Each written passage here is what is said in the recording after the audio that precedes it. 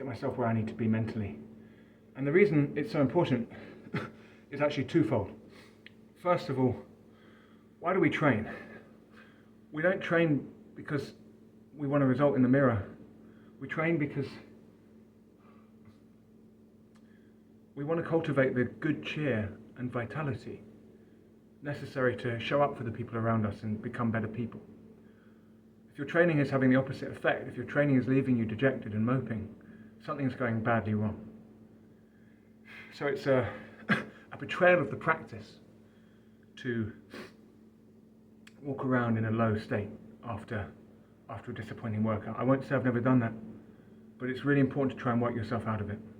You can do that by reminding yourself that you're showing up, you're putting in 100% effort, you're learning, and this would be boring if every session was a PR. Okay, so you can feel self-respect regardless of your result. The second reason it's important not to get low after a session like this. You can hear I'm saying this to myself in order to get myself out of the low state that I'm in right now. Is that anyone who's been training in the Busy Dad program for any extended period of time knows what a gift this practice is. If you know what life is like on the other side of a training practice, as I do very well, you should be motivated to guard your training practice like your life depends on it. Because in some ways it really does.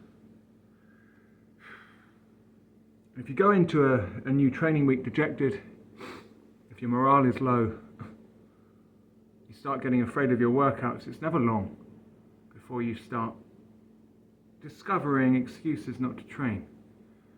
Suddenly that work meeting seems a little bit more pressing than it would have done if your training was at peak, and you find yourself deprioritizing your sessions. Before long you start missing them and you lose your grip on the training practice.